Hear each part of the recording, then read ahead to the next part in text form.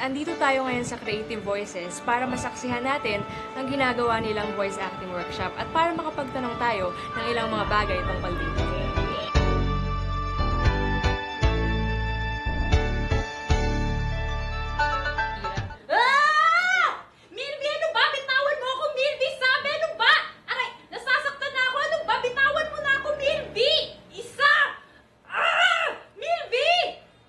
Hi kids! Kasama namin ngayon si Kuya Choi para makapagtanong kami ng ilang mga bagay tungkol sa voice acting.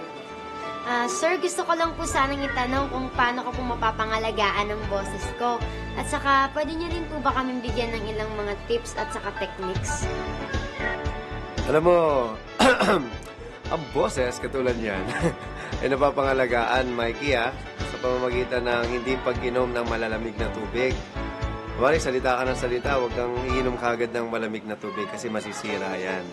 Kasi yung ating vocal cords, parang muscle yan eh. Actually, muscle nga siya, na kapag ito ay napagod, bigla mong binasa, napapasma. Kaya namamaos tayo. Yun yung dahilan nun. Saka dapat huwag kayong sisigaw. Huwag kayong, masisira yung boses nyo. Pag nasira ang boses mo, mahirap na siyang ibalik. Gusto ko rin po sanang matuto ng voice acting.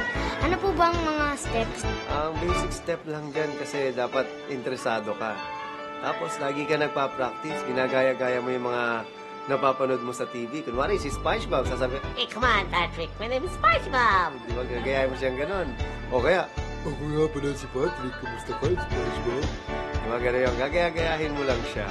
Kasi kung ano yung napapanood mo, yun yung standard sa voice acting. Dapat maging natural yung pag-deliver mo. Kunwari, pwede mo laro-laruin. Tapos pwede ka magkwento-kwento sa mga kapatid mo. Pwede ka rin mag-storytelling. Kunwari, mga bata, alam mo ba ang storya ni Lolo Tasio? Nung bata kasi ako, ganyan-ganyan ako. Ginagaya-gaya ko na sila Kiko Maching. Sabi kong ganon, magandang araw mga bata, ako nga pala si Kiko Maching. So, dahil doon, na-develop yung aking voice acting skills. Kahit po ba bata pa lang, pwede na po bang mag-voice acting? Uy, lahat ng bata pwedeng maging voice talent kasi diyan nagsisimula ang interest sa mga bata. So, yung mga batang katulad mo, Marie, pwedeng maging voice talent kasi maraming mga batang karakter din sa mga animation, sa mga radio commercial, sa mga radio ad na nangangailangan ng bata. Basta kung gusto mo maging voice talent, practice ka magbasa ng script. Tapos mag-iba-ibay mo boses mo. Sir, ano po ba yung mga classes na ina-offer nyo dito sa Creative Voices? Creative Voices kasi, Rosel, no? Alam mo, ito lang ang kauna-unahan at tanging voice acting school sa buong Pilipinas. Kasi itong workshop namin, inadapt namin to doon sa workshop na ginawa na pinuntahan ko sa Amerika, yung sa Art of Voice Acting. So, ito, nilocalize namin yung tungkol sa paano ba pang pag-iiba ng boses, pag-voice act. Yun, dito matututuhan mo.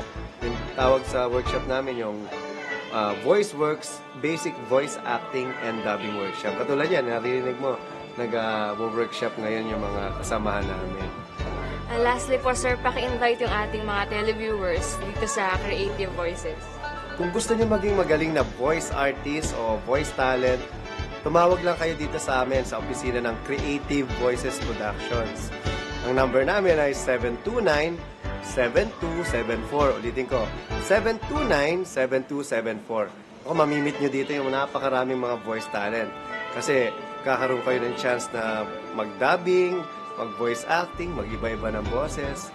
At malay nyo, yung mga talent nyo, maging career nyo rin. Pero basically, voice acting is an art. So dapat inuunang craft yung artistry ng voice acting. Kasi ito yung isang sining na hindi ganong napapansin Pero matagal na ang sining ng voice acting. Mga radio drama, wala pa yung TV, may voice acting na. Go! Basahin nyo lang. Hi, ito lang rin ako. Ay, pambihira! Ganun. Sige, acting. Go! Hi, pambihira! Nakakainis naman to, Milby, ano ba? Bitiwan mo ako sabi Milby, isa! O na, sige na, gagawa na ako ng paraan. Yan. Sige, galing mo Ito pa, isa. Kinain mo yung sweet chestnut, hindi ba? Hindi totoo yan.